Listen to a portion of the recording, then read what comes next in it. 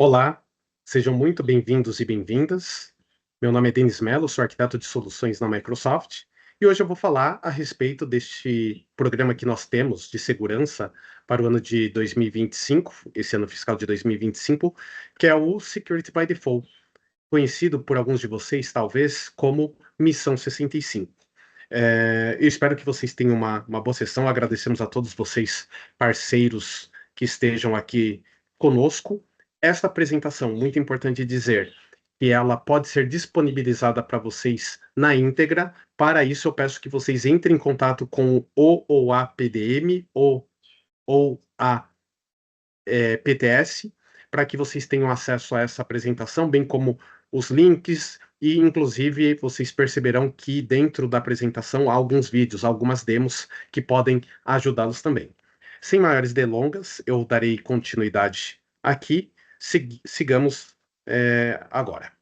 Falando um pouco de agenda, eu vou falar um pouco sobre um breve panorama, falar de requisitos técnicos, falar sobre questões relacionadas a requisitos de GDAP. Depois eu vou falar um pouco mais sobre a demo, farei uma breve demo com vocês. Depois eu falarei a respeito de do que vocês podem fazer caso ocorra erro na obtenção dessas informações, do que fazem parte da geração do script. Depois eu darei algumas dicas de remediações. Isto é, rodei o script, obtive as informações dos meus clientes, por onde eu começo? Depois eu vou falar a respeito dos resultados em Power BI, falar um pouquinho mais de soluções, então nós encerramos.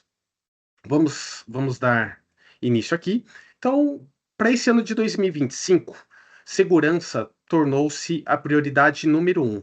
Inclusive, nas próprias palavras do nosso CEO, Satya Nadella, priorizar segurança sobre tudo é crítico para o futuro da companhia.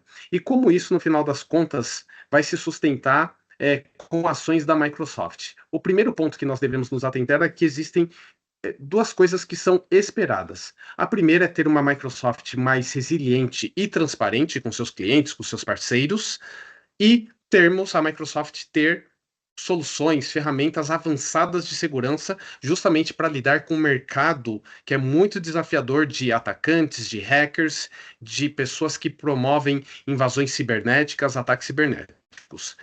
Como esses dois pontos vão se sustentar? Basicamente em três principais pilares. O primeiro é o Secure by Design, o Secure by Default e o Secure Operations. Que são esses três princípios? Esses três princípios eles fazem parte da iniciativa futura de segurança da Microsoft. Então, esse é um ponto muito importante. Alguns de vocês já ouviram falar, ou provavelmente ouvirão a falar do SFI, tá bom? O primeiro ponto é justamente ter segurança vindo toda vez que nós desenhamos e prototipamos qualquer produto e serviço.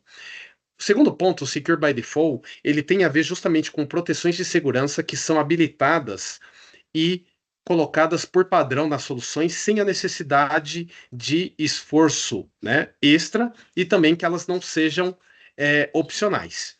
E o terceiro ponto é de se implementar ou termos controles de segurança e monitoração que estarão continuamente sendo melhoradas justamente para atender as questões atuais e futuras das ameaças cibernéticas. Vejam que, embora nós chamemos o nosso programa aqui de Security by Default, ele é ligeiramente diferente do Secure by Default. Isso daqui é um pilar, é um princípio inteiro, mas como parte dos resultados esperados do Security by Default deste nosso programa, é esperado que vocês consigam ter acesso a algumas dessas questões implementadas aos clientes de vocês. E como nós nos apoiaremos? Qual que é a base do Security by Default? Nós utilizaremos como uma métrica básica o Secure Score, a nota de segurança. O que é esse Secure Score? É uma métrica que existe dentro do Defender for Cloud, né? Então é o Microsoft Defender for Cloud, que é a nossa solução de postura de segurança, né? Postura de segurança e também de proteção de cargas de trabalho. e que está disponibilizada em qualquer ambiente Azure e de uma forma gratuita. Isto é, o Microsoft Defender for Cloud Foundational, ele já está disponibilizado de forma gratuita. E ele é calculado justamente baseado em controles de segurança e recomendações que são fornecidas pelo Defender for Cloud, que é uma solução reconhecida de mercado no que tange a postura e proteção dos workloads. Embora nós não possamos falar que isso seja padrão para todo e qualquer ambiente, a nossa recomendação, como uma boa prática, é de que os ambientes tenham que ter minimamente uma nota de segurança igual ou maior a 65% para ser considerada como minimamente considerável. Abaixo disso, pode significar que o ambiente esteja mais susceptível a ataques cibernéticos, a comprometimento de ambientes. E também não quer dizer que eu ter um score, ou o cliente ter um score acima de 65%, que o ambiente não terá problemas relacionados a problemas, questões cibernéticas. Então, isso daqui é um ponto muito importante. E o Secure Score ele se baseia em melhores práticas de mercado, o Secure Score e as recomendações de segurança. Sabem? Esses são os pontos principais. Como nós fazemos isso? É através de um script. Esse script ele vai ler a telemetria do Defender for Cloud numa escala massiva. Isto é, vocês trabalharão com diversos. CSPs geralmente trabalham com muitos tenants. O script vai ler as informações de cada um desses tenants, mapear quantas e quais são as subscrições abaixo desses tenants, e para cada um desses tenants, o script vai obter o score de segurança, mais as recomendações fornecidas para o Defender for Cloud, inclusive passando a quantidade de recursos que estão de acordo, saudáveis ou não, e assim por diante. E eu vou falar um pouco mais a respeito. Se vocês tiverem dúvidas de como o Defender for Cloud faz os cálculos, além de quais são os controles de segurança e recomendações, por gentileza, acessem este site que está disponível na apresentação. Antes de nós iniciarmos, é importante considerar de que, em alguns casos, é importante que vocês. É uma recomendação que vocês comuniquem aos seus clientes, distribuidores ou revendas a respeito desses procedimentos que serão executados. O script, ele não é um script que vai habilitar qualquer coisa dentro do ambiente do cliente, ele não é invasivo, de qualquer forma, em alguns casos isso pode ser importante. Obtenham a lista de todos os tenants IDs, né, dos seus clientes. Vocês podem fazer para todos os seus clientes, todos os tenants, ou vocês podem priorizar de acordo com o que vocês quiserem. E depois disso, basicamente, nós estamos prontos, vocês estarão prontos a executarem o script. Antes de nós falarmos de aspectos técnicos, vale aqui uma pequena ressalva a respeito do que o programa Security by Default pode fazer para você, parceiro CSP. Primeiro de tudo, ao se obter esses scores, essas notas de segurança que vem do Defender for Cloud numa escala massiva, vocês passarão a ter, primeiro, uma postura de segurança holística, de tal forma a verificar ter uma visão muito abrangente a respeito dos tenants, quais são os controles de segurança, quais são as recomendações dadas pelo Defender for Cloud. Consequentemente, passam a poder trabalhar com uma perspectiva de gerenciamento de riscos, porque ao vocês analisarem as notas de segurança de diversos tenants, vocês podem identificar quais são os principais riscos ou quais ambientes estão mais vulneráveis ou com um score de segurança maior e que necessitam ter uma melhoria na sua postura de segurança, inclusive tratativa de alertas e recomendações.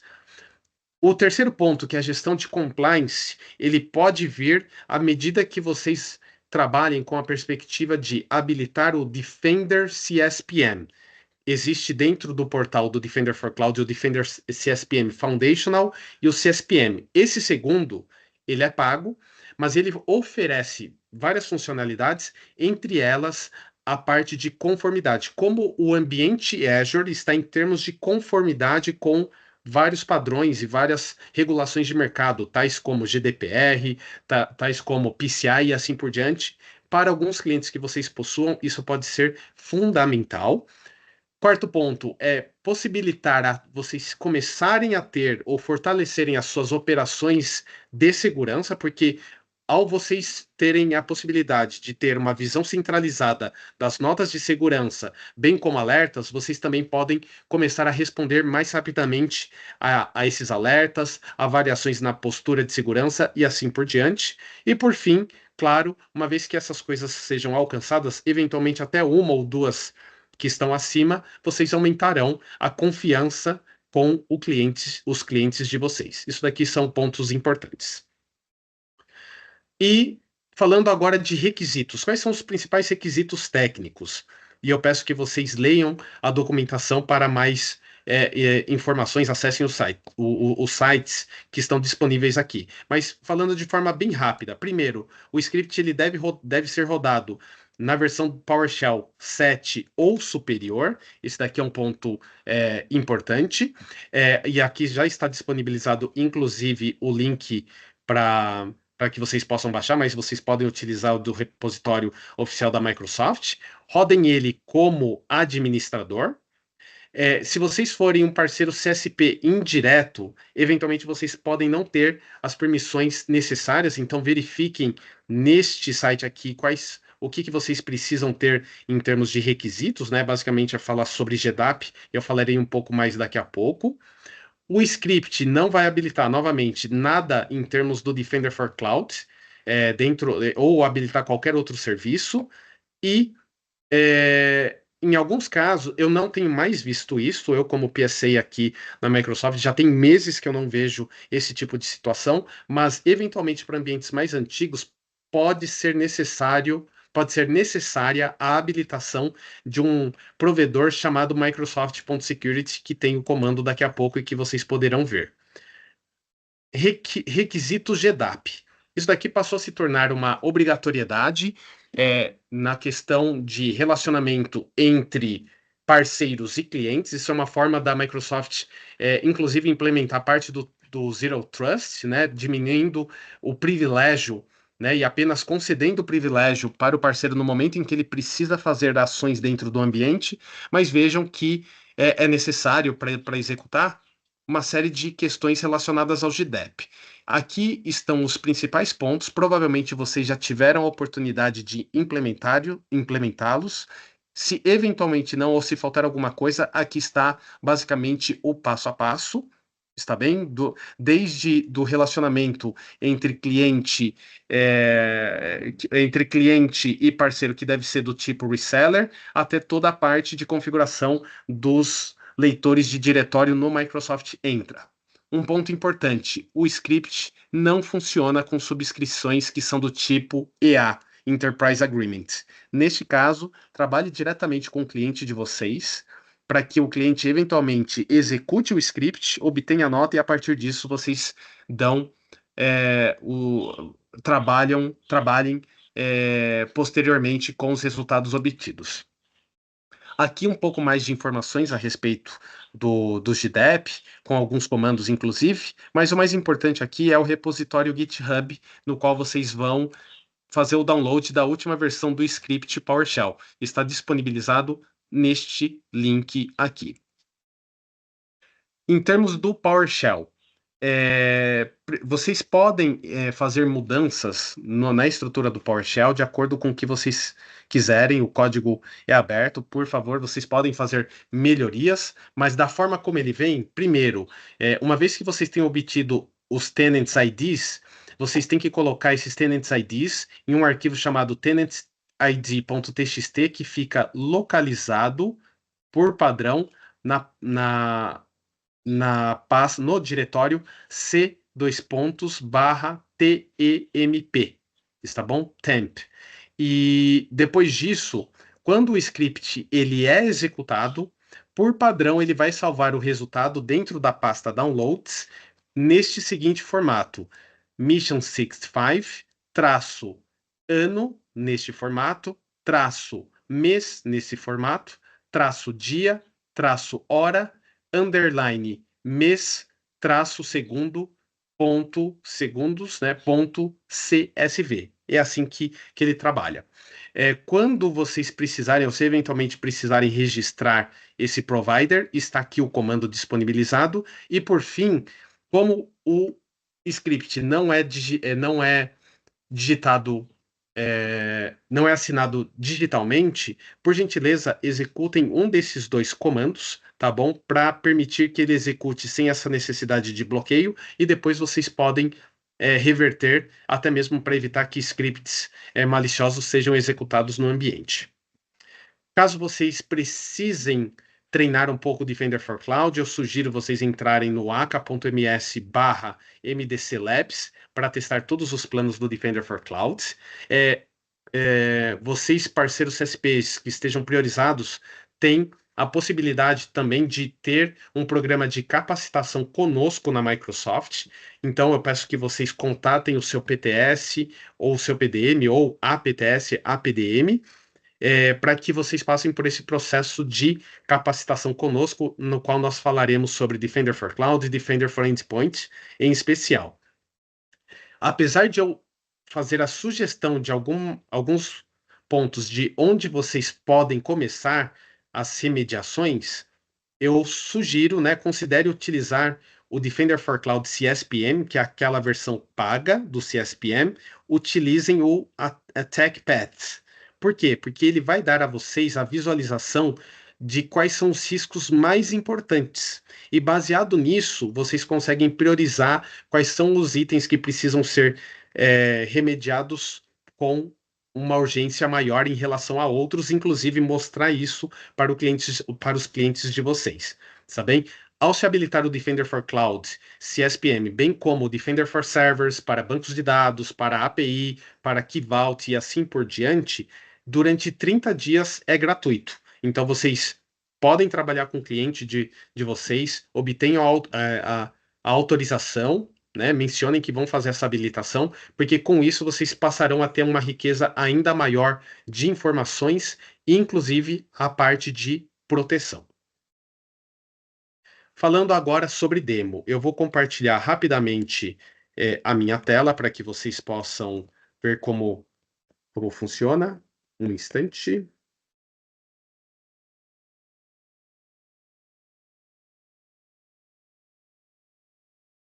Compartilhar aqui minha tela. Então, aqui eu já estou na tela onde o script está gravado. Executo. Vai abrir, no caso de vocês, CSP vai abrir para que vocês possam se autenticar com a sua conta. Eu já tinha me autenticado, estou me reautenticando. Depois que ele finaliza isso, ele começa a fazer a leitura do meu ambiente, né? Vem do tenant e quais são as subscrições. Então, aqui eu vou parar de compartilhar e volto a compartilhar a apresentação, para que vocês possam ver.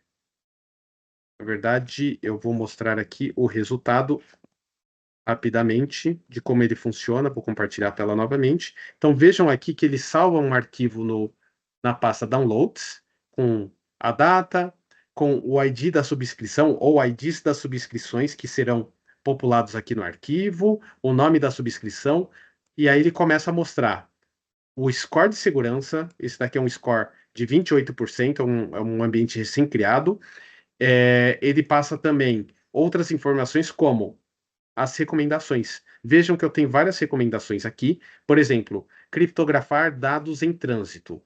Eu tenho um score, a minha nota atual é 4, de um total de, de uma nota 4 também. Então aqui está tudo bem, assim como o MFA. Eu tenho uma nota total, a minha nota atual de 10, de um máximo de 10. Então ele está somando, mas vejam que existem outras coisas que precisam ser melhoradas aqui, e inclusive ele vai mostrar a vocês a parte de controle, né, a contagem de quais recursos estão saudáveis, estão de acordo, e de quais não estão, inclusive de quais não estão aplicáveis. Por gentileza, olhem a documentação que fala sobre a parte de cálculo e que também mostra outras questões a respeito do Defender for Cloud. Voltando aqui para a apresentação, peço que aguardem um instante.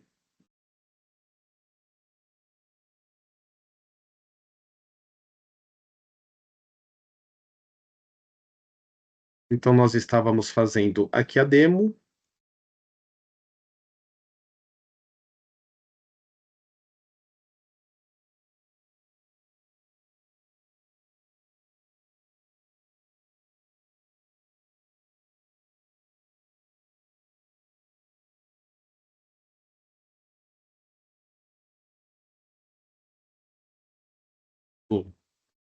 Então, dentro da apresentação também tem a possibilidade de vocês verificarem uma demo, muito parecida com essa que eu acabei de fazer. E agora, o que fazer caso ocorra problemas ao se obter o score de segurança, as notas de segurança das subscrições? Aqui vai uma lista, uma sugestão de pontos que vocês podem verificar. A primeira é a parte de autenticação, né? São problemas que podem ocorrer, geralmente ocorrem, pode ser um problema de autenticação, primeiramente. Segundo ponto, como eu falei antes, a questão da subscrição em si ser do tipo Enterprise Agreement, e neste caso vocês não terão acesso. Falta de permissionamento, às vezes vocês podem não estar com permissão ou permissões adequadas dentro do ambiente, dentro da subscrição, então vocês precisam corrigir isso. Em muitos casos, isso virá zerado ou sequer virá informação dentro do resultado. O script também não funciona com subscrições do tipo M365. Não esqueçam a questão do módulo, eu comentei a respeito do módulo da versão 7 do PowerShell, e também uma eventual indisponibilidade de dados. O que pode ocorrer é que os dados que vocês encontram dentro do, do arquivo CSV gerado podem ser diferentes da interface do Defender for Cloud. Em alguns casos, pode levar de 24 a 48 horas para a informação ficar atualizada dentro da interface do Defender for Cloud. Outro ponto, caso vocês tenham um pouco mais de urgência e precisam obter o score de segurança, então uma sugestão que eu dou é utilizar o Resource Graph. Aqui, essas duas janelas mostram a vocês as queries que vocês podem utilizar justamente para obter informações a respeito da nota e também das recomendações de segurança. Essas queries podem ser mudadas de acordo com o que vocês quiserem, elas pelo menos oferecem um ponto de partida para vocês olharem, e vocês podem fazer isso rapidamente uma vez que vocês tenham acesso dentro do ambiente, e depois de executado, basta vocês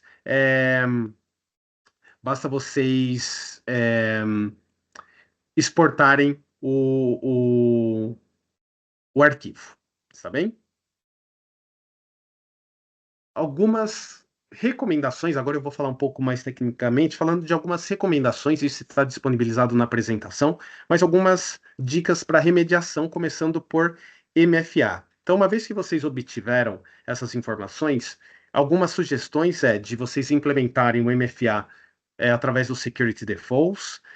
Eu sempre sugiro fazer através de acesso condicional, que faz parte do plano 1 ou plano 2 do Microsoft Entra, porque existem mais funcionalidades e mais opções mais robustas de MFA, mas vocês também podem trabalhar dessa forma e, se possível, trabalhem com os tokens FIDO2, porque eles são, até o momento dessa gravação, a forma mais é, resistente, ou a única forma efetivamente resistente contra ataques de phishing, que são comuns para identidades na nuvem. Então, tanto o FIDO2 quanto o certificado são as formas recomendáveis.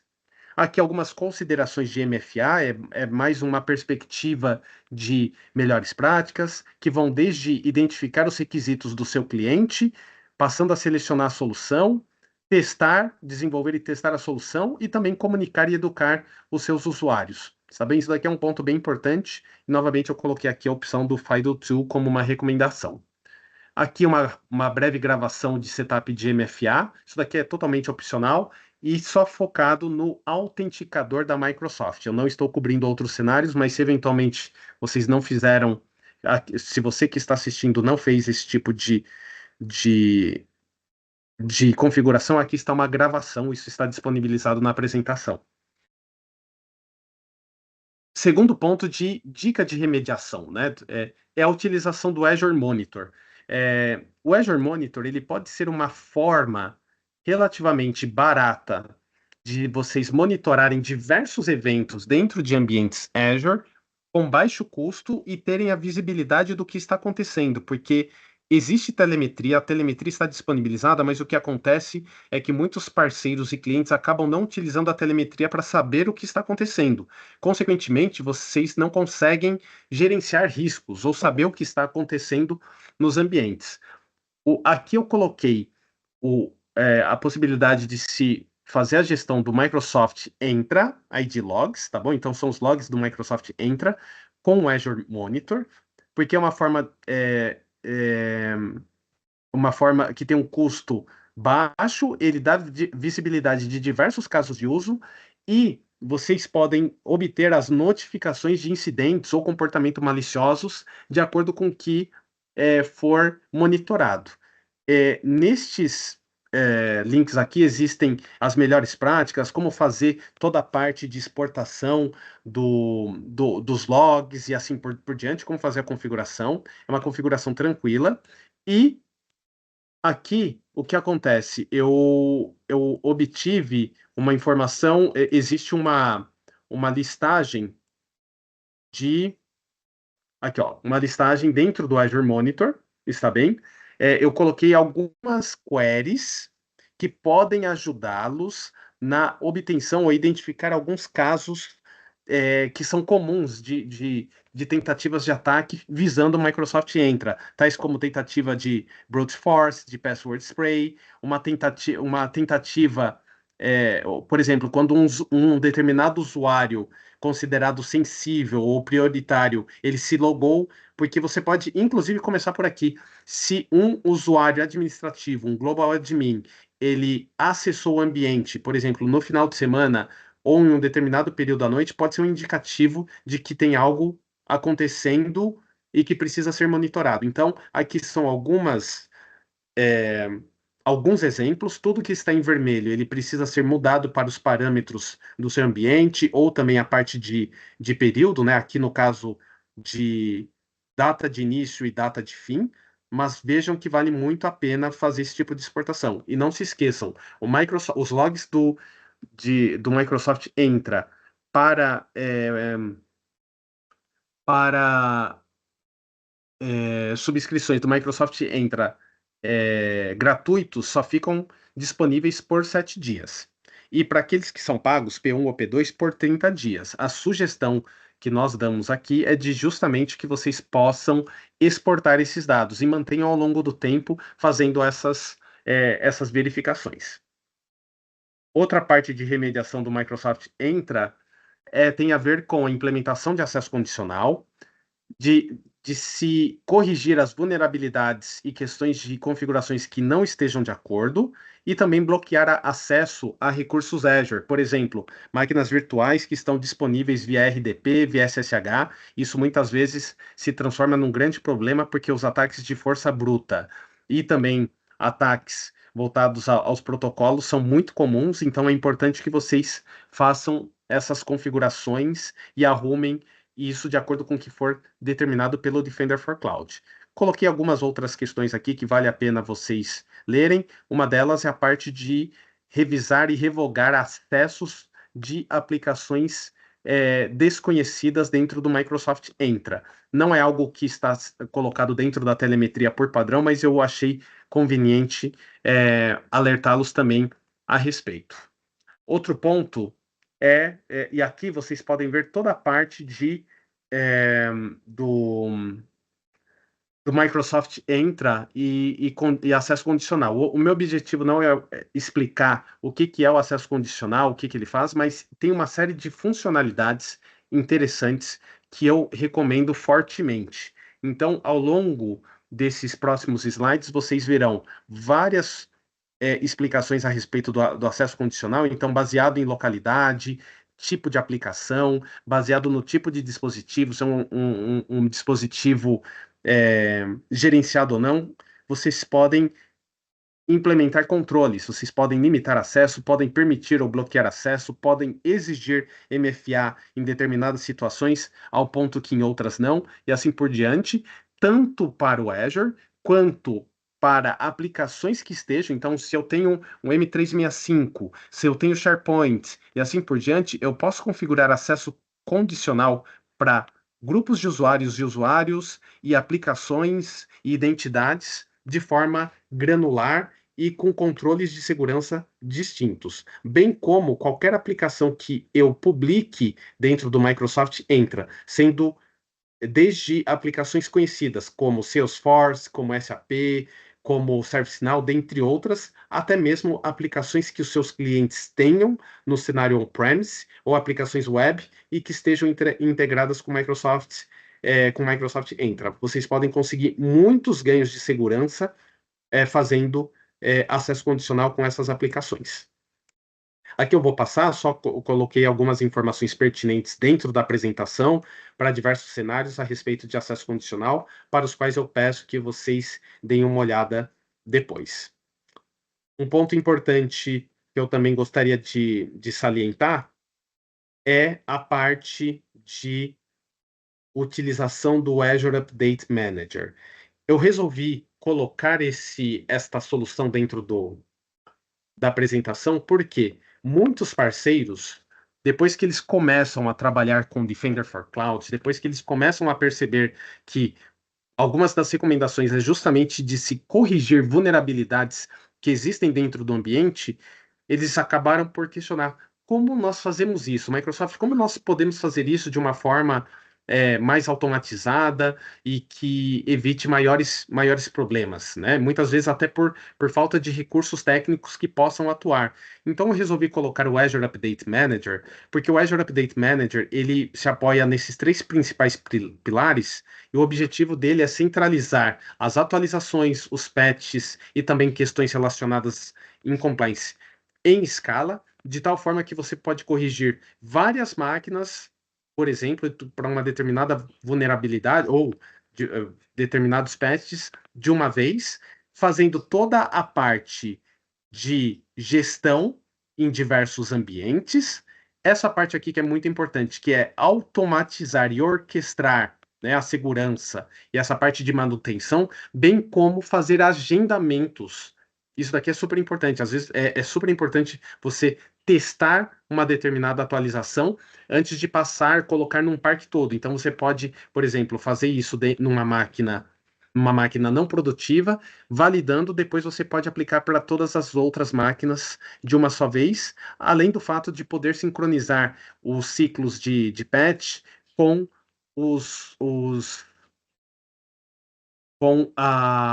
o agendamento do Patch Tuesday da Microsoft, que já deve ser bem conhecido, especialmente para as pessoas que trabalham com infraestrutura, além de ter um painel único para verificação de todo o seu ambiente Azure e também multi-cloud e também on-premise. Isso daqui é super importante. Então, aqui são informações a respeito da parte de automação inteligente e também a parte de agendamento, a parte de patch de forma abrangente em diversos ambientes.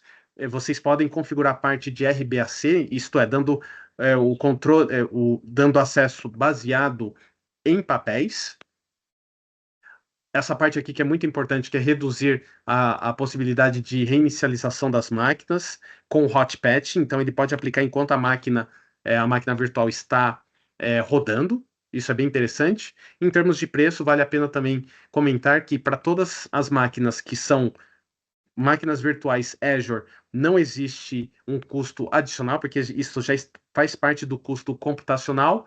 E se o cliente de vocês tiver máquinas on-premise dentro do seu data center, o data center do cliente e assim por diante, existe um custo associado, mas essas máquinas também, máquinas Windows e Linux, também fazem parte do escopo e vocês podem fazer essa gestão centralizada com o Azure Update Manager, o que é uma opção muito interessante.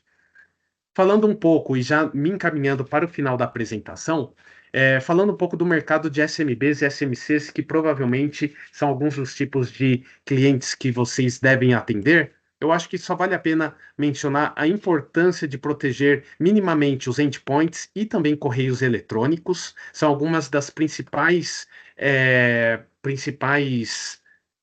principais vetores de ataque utilizados por atacantes. Então, existe a oferta do Defender for Endpoint, existe também para o Defender for Office. Verifique a questão de licenciamento atual dos clientes de vocês. Isso é muito importante. É, trabalhem com a possibilidade do Defender for Business, né, para pequenas e médias empresas, dependendo até 300 usuários, nós temos oferta para isso.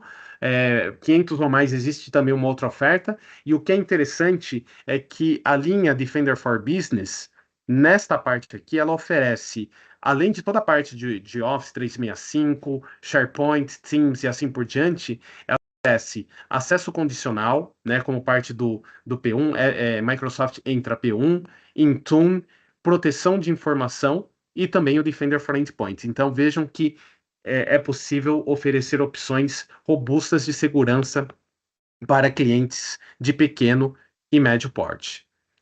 Mostrei agora, há minutos atrás, a questão de como os dados ficam armazenados no arquivo CSV, mas vocês podem trabalhar com a perspectiva de resultados no Power BI. Nós não oferecemos esse suporte, não é obrigatório vocês trabalharem com Power BI, está bem? Mas tivemos já alguns clientes e recomendamos que vocês possam utilizar essa, esse repositório do GitHub que vai instruir vocês a como fazer como mostrar aqueles dados que foram gravados em CSV em um formato mais amigável, que pode ser compreendido pelas pessoas da sua organização e também fazer o acompanhamento ao longo do tempo.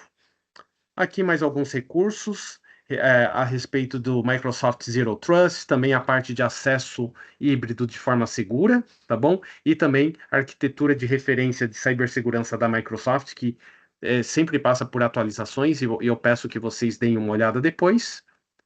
E, finalmente, eu gostaria de agradecer a você que está assistindo, que assistiu este conteúdo. Espero que tenha sido de muito valor a você. Nós aqui da Microsoft agradecemos pela sua presença. Este material ele foi feito pensado em você parceiro CSP. Então, espero que com isso vocês consigam dar seguimento, melhorando a postura de segurança dos clientes de vocês, oferecendo ofertas de segurança, fazendo a gestão de alertas e assim por diante. Muito obrigado e até a próxima.